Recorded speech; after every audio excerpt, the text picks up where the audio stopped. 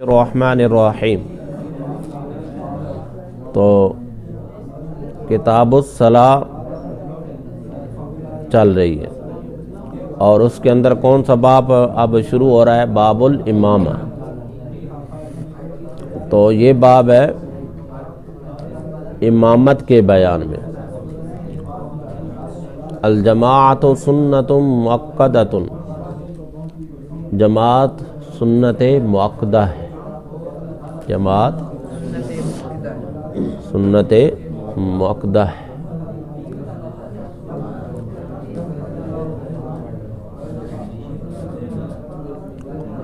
نبی علیہ الصلوۃ والسلام کے فرمان علی شان کی وجہ سے کہ الجماعت من سنن الہدی لا یتخلف عنہا الا منافق، کہ جماعت جو ہے سنت ہدا میں سے ہے اور اس سے پیچھے نہیں رہتا مگر منافق ہی، مگر منافق ہی۔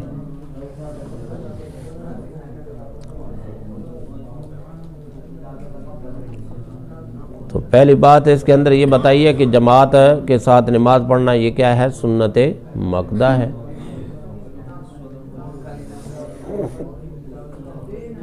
اور بعد فقہا نے جو ہے جماعت کے ساتھ نماز پڑھنے کو کیا ہے؟ واجب بھی قرار دیا ہے۔ تو چاہے سنت ہے چاہے واجب ہے، تو سب کے پاس اپنے اپنے دلائل جو ہے موجود ہیں۔ تو جماعت تو سنت مؤکدہ ہونا نبی علیہ الصلوۃ والسلام کے فرمان عالی شان کی وجہ سے پتہ چلتا ہے کہ الجماعت من سنن الہدی، جماعت کیا؟ سنن ہدا میں سے۔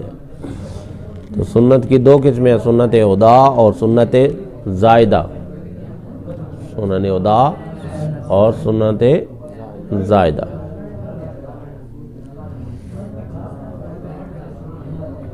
اور سنت ہدا سے وہ مراد ہے کہ جس پر نبی علیہ الصلوۃ والسلام نے مواظبت فرمائی ہو، ہمیشگی فرمائی ہو بطور عبادت کے، اور کبھی کبھی اس کو کیا ہے؟ چھوڑ بھی دیا۔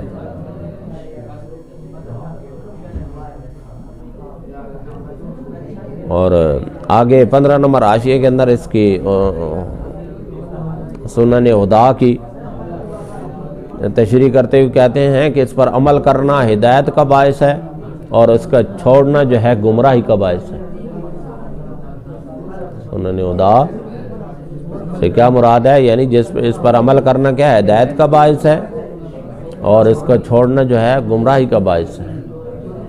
تو اب سنت جماعت جو ہے، جماعت کو چھوڑنا یہ گمراہی کا باعث ہے، اور خود حضور نے فرما دیا کہ جو اس سے پیچھے وہی شخص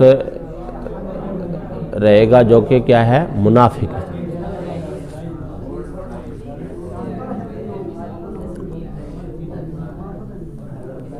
اب یہاں سے ذکر کر رہے ہیں وَأَوْلَى النَّاسِ بِالْإِمَامَتِهِمْ أَعْلَمُهُمْ بِالسُّنَّةِ، لوگوں میں سے سب سے زیادہ حقدار امامت کا وہ ہے جو سنت کا زیادہ عالم ہو، جو سنت کا زیادہ عالم ہو، بڑا عالم ہو۔ تو سب سے پہلے یہ دیکھا جائے گا جو سنت کا سب سے بڑا عالم ہے نا، تو وہ زیادہ حقدار ہے کہ وہ کیا ہے؟ نماز پڑھائے۔ اور امام ابو یوسف رحمۃ اللہ علیہ کے نزدیک یہ ہے کہ جو بڑا قاری ہے وہ پڑھائے گا، جو سب سے اچھی قرات کرنے والا ہے نا وہ پڑھائے گا نماز، وہ امامت کا زیادہ حقدار ہے۔ اچھا جی، اب امام ابو یوسف رحمۃ اللہ علیہ کی دلیل کیا ہے؟ لأن القراءة لا بد منها والحاجة إلى العلم إذا نابت نائبہ۔ تو کہتے ہیں کہ قراءت تو نماز کے لیے ضروری ہے، قراءت ہے نماز کے لیے کیا ہے؟ ضروری ہے۔ جب بھی آپ نے جماعت کرانی ہے تو قراءت کرنا اس کے اندر کیا ہے؟ لازم ہے، ضروری ہے۔ اور حاجت علم کی اس وقت ہوگی جب کوئی واقعہ پیش آئے گا، جب واقعہ کوئی پیش آئے گا نا تو علم کی ضرورت اس وقت پڑے گی، کہ مثال کے طور پر اگر بندے نے کیا ہے دعائے قنوت چھوڑ دیا تو کیا مسئلہ ہے، پہلے تشہد کے اندر نہیں بیٹھا تو پھر کیا مسئلہ ہے، آخری تشہد کے اندر نہیں بیٹھا تو کھڑا ہو گیا تو پھر کیا، تو اب کوئی واقعہ پیش آئے گا تو پھر اس کی علم کی کیا ہے ضرورت پڑے گی۔ کہنے کا مطلب یہ ہے کہ بنسبت علم کے قرات کی کیا ہے زیادہ ضرورت، قرات تو کرنی ہے، قرات تو کرنی ہے، اور علم کی ضرورت اس وقت ہے جب کوئی واقعہ کیا ہے پیش آئے گا، کوئی مسئلہ پیش آئے گا تو اس وقت علم کی ضرورت ہوگی کہ اب کیا کرنا۔ اور ہم کہتے ہیں کہ قرات کی طرف محتاجی ہے ایک رکن کی وجہ سے، ایک قرات کا بندہ محتاج ہے ایک رکن کی وجہ سے، اور وہ کیا ہے قرات ہی ہے کہ نماز کے اندر کیا کرنی ہے، قرات کرنی ہے، وہ ایک رکن ہے۔ اور والعلم لسائر الارکان، اور علم کی ضرورت تو سارے ارکان کے لیے، یعنی قرات کی ضرورت ایک رکن کے لیے، یعنی قرات کرنا ایک رکن ہے اس کے لیے، اور بقیہ رہ گیا علم تو وہ تو ہر رکن کے لیے ضروری ہے، وہ تو ہر رکن کے لیے ضروری ہے۔ تو اس کا مطلب کیا ہوا کہ شیخین کے طرفین کے نزدیک، امام صاحب اور امام محمد رحمۃ اللہ علیہ کے نزدیک کیا ہے بنسبت قرات کے علم کی کیا ہے زیادہ ضرورت ہے۔ عام طور پر یہی ہوتا ہے کہ جب جماعت کا معاملہ آتا ہے تو علماء جو ہے وہ جماعت نہیں کرواتے، بلکہ کوئی اچھا قاری جو ہے وہ جماعت جو ہے کرواتا ہے، کیونکہ اچھا قاری جو ہوگا کچھ نہ کچھ اس کو مسائل جو ہے نماز کے پتہ ہی ہوں گے، تو پھر وہ اس وجہ سے کراتا ہے تاکہ اس کے اندر قرات کرنی ہے اور سارے جو ہے لوگ ذوق و شوق کے ساتھ کیا ہے نماز کے اندر شامل ہوں اور ذوق و شوق کے ساتھ کیا ہے نماز پڑھیں۔ اور اگر وہ سارے برابر ہوں اس کے اندر، اگر سارے برابر ہوں، سارے برابر ہوں کس کے اندر، قرات کے اندر سارے برابر ہیں، سارے ایک تو ایک قاری تو ان میں سے جو سب سے زیادہ قاری ہے پھر اس یعنی علم کے لحاظ سے تو سارے کیا ہے برابر ہیں، تو اب یہ دیکھا جائے گا کہ ان میں سے بڑا قاری کون ہے، اچھی قرات کون سا کرتا ہے، اچھا قاری کون سا ہے، تو پھر اس کا نمبر ہے، ٹھیک ہے۔ تو نبی علیہ الصلوۃ والسلام کی فرمان عالی شان کی وجہ سے کہ قوم کو امامت کرائے جو ان میں سے بڑا قاری ہو، کس کا، لکتاب اللہ، اللہ کی کتاب کا، اللہ کی کتاب کا جو بڑا قاری ہو وہ قوم کو کیا ہے امامت کروائے۔ یہ حدیث کی بات ہو رہی ہے، وہ جو ہے نا وہ متن ہے، یعنی جو امامت کی ترتیب ہے نا اس کے لحاظ سے۔ اب یہ حدیث کے اندر یہ آیا ہے کہ سب سے پہلے امامت وہ کروائے جو قرآن کا بڑا قاری ہے، قرآن کا بڑا قاری، اگر وہ برابر ہوں فَأَعْلَمُهُمْ بِالسُنَّةِ، جو سنت کا بڑا عالم ہے، جو سنت کا بڑا عالم ہے، مسائل کے لحاظ سے کیا ہے بڑا عالم ہے۔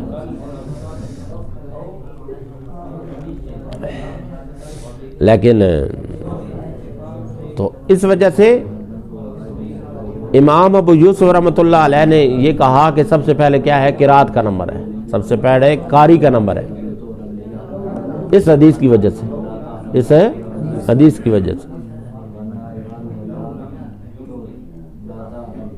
تو اور ان میں سے جو بڑا قاری ہے، قاری ہوتا تھا نا، جو بڑا قاری ہوتا تھا ان میں سے عالم بھی ہوتا تھا، یعنی حضور کے جو صحابہ اکرام رضوان اللہ علیہم اجمعین تھے، تو جو ان میں سے کیا ہوتے تھے بڑے قاری ہوتے تھے نا، وہ بڑے عالم بھی ہوتے تھے، بڑے عالم بھی ہوتے تھے۔ لأنهم كانوا يتلقونه بأحکام، اس لیے کہ وہ دین کے احکام کو کیا ہے سیکھا کرتے تھے، دین کے احکام کو کیا ہے سیکھا کرتے تھے۔ تو اس وجہ سے حدیث کے اندر قاری کو کیا ہے مقدم کیا گیا ہے. جو قاری ہوگا وہ بڑا عالم بھی ہوگا, وہ بڑا عالم بھی ہوگا. کہ پہلے جو احکام سیکھے جاتے تھے تو یہ نہیں جس طریقے سے آج کی بس ٹھیک جی قرآن شریف شروع کر دیا الحمد تو گن کے مناس اور پڑھ دے, لیکن میرا ترجمہ جڑا وہ الحمد شریف نے یاد کوئی نہیں, الحمد شریف نہ ترجمہ بھی پتہ کوئی نہیں. تو پہلے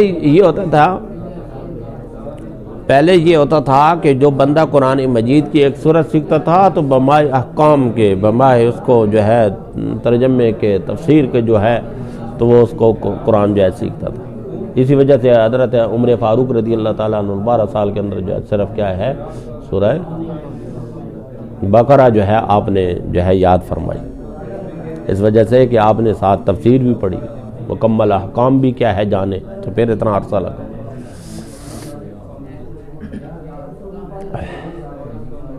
ولا کذالک فی زماننا, تو ہمارے زمانے میں تو اس طرح نہیں ہے. ولا کذالک فی زماننا, ہمارے زمانے میں تو اس طرح نہیں ہے. جو قرآن پڑھ رہا ہے بات ٹھیک ہے پڑھ رہا ہے, اللہ اللہ تو خیر صلی.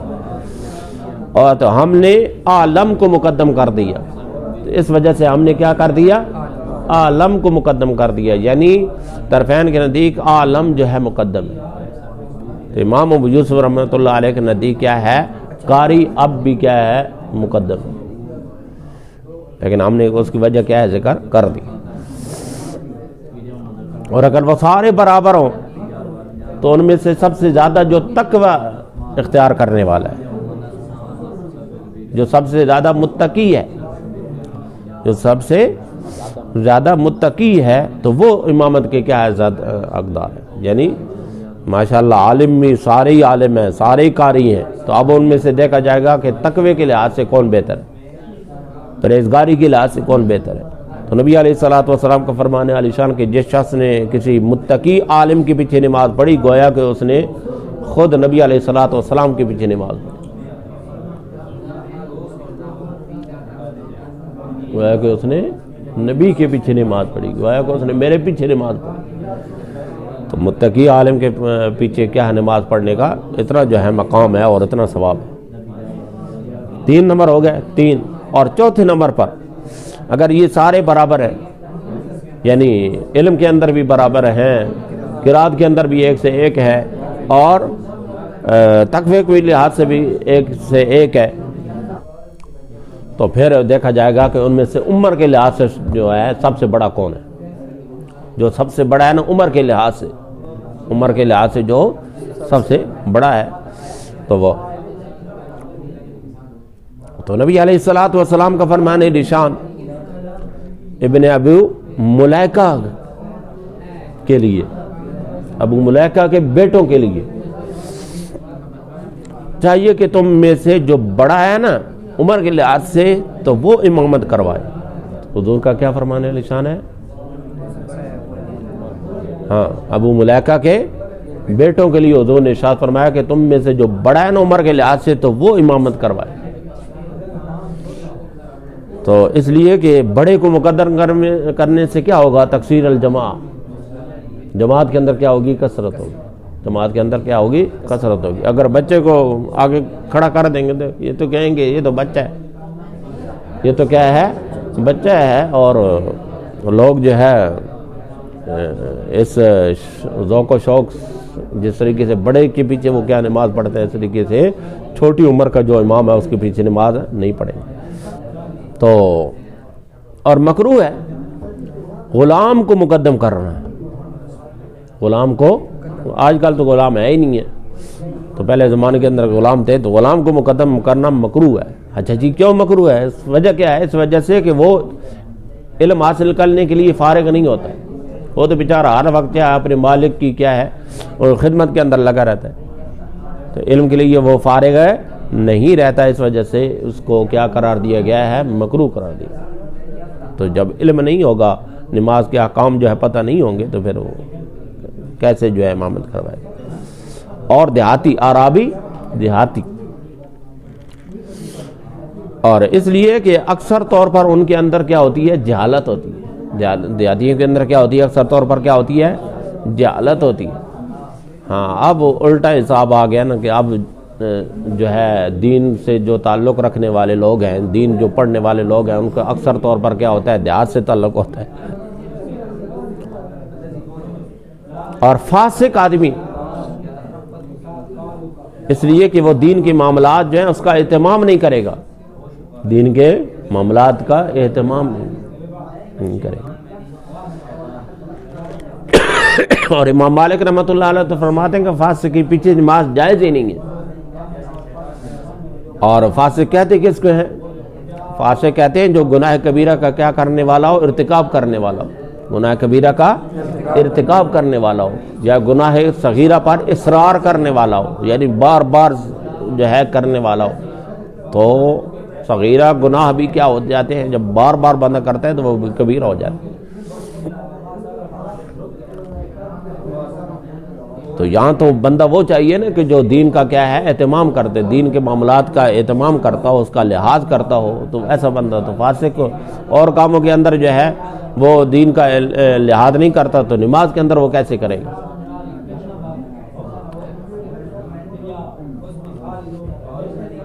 اور والآما, اور اندھا, اس لیے کہ وہ نجاست سے نہیں بچ سکتا, نجاست سے نہیں بچ سکتا. تو اب ظاہر سی بات ہے اس نے سنجا کرنا ہے, تو سنجے کے اندر اور اس طرح کے معاملات ہیں تو وہ نجاست سے نہیں بچ سکے گا. تو اب نماز کے اندر سو نجاست سے بچنا جو ہے لازم ہے, اس وجہ سے اس کی نماز کیا ہے مکروہ. اور ووالد الزنا, اور زنا کی اولاد, زنا کی پیداوار. اچھا جی کیوں مکروہ ہے؟ اس لیے کہ بے شک اس کا باپ نہیں ہے جو اس پر شفقت کرے, باپ نہیں ہے جو اس پر کیا ہے شفقت کرے اور اس کو تعلیم دے, اس کو تعلیم دے. اور غالب اس پر کیا ہوگا جہالت ہی ہوگی, غالب اس پر کیا ہوگی جہالت ہی ہوگی. اور ان کے یہ تو ساری کی علیحدہ علیحدہ وجوہات بتائی ہیں نا, ایک مین وجہ بھی ہے ان تمام کے اندر, اس لیے کہ بے شک ان کو مقدم کرنے کے اندر جماعت کو نفرت دلانا ہے, جماعت کو نفرت دلانا ہے. تو جماعت کیا ہے ان سے کیا کرے گی نفرت کرے گی. یہ کیا کر دیے جی, ولد زنا کو آگے کھڑا کر دیا, فاسق کو آگے کھڑا کر دیا, جاتی کو جو ہے جس نے دین نہیں پڑھا ہوا اس کو جو ہے آگے کر دیے. ہاں تو لوگوں کے نخرے تو ویسے ہی ختم نہیں ہوتے. یہاں جو ہے مسجد کے اندر آئیں تو دین کے جو معاملات کے اندر بہترین جو ہے اہتمام ہوتا ہے, پھر بھی جو ہے اس کے اندر کیڑے مکوڑے جو ہے نکالتے ہیں. تو اگر ایسے لوگ جو ہیں سامنے ہوں گے تو پھر تو وہ اعتراض کریں گے ہی کریں گے, یعنی جو اعتراض نہیں بنتا نمازی اس پر بھی اعتراض کرتے ہیں. تو اس طرح کے جو معاملات ہیں, حالانکہ ہر چیز جو ہے معیت ہوتی ہے, گرم پانی ہے, بہترین ٹوٹیاں ہیں, بہترین جو ہے غسل ہیں, بہترین جو ہے قالین ہے, لیکن اس کے باوجود جو ہے لوگ کیا کرتے ہیں اعتراض کرتے ہیں, او جی یہ ہو گیا تو وہ ہو گیا.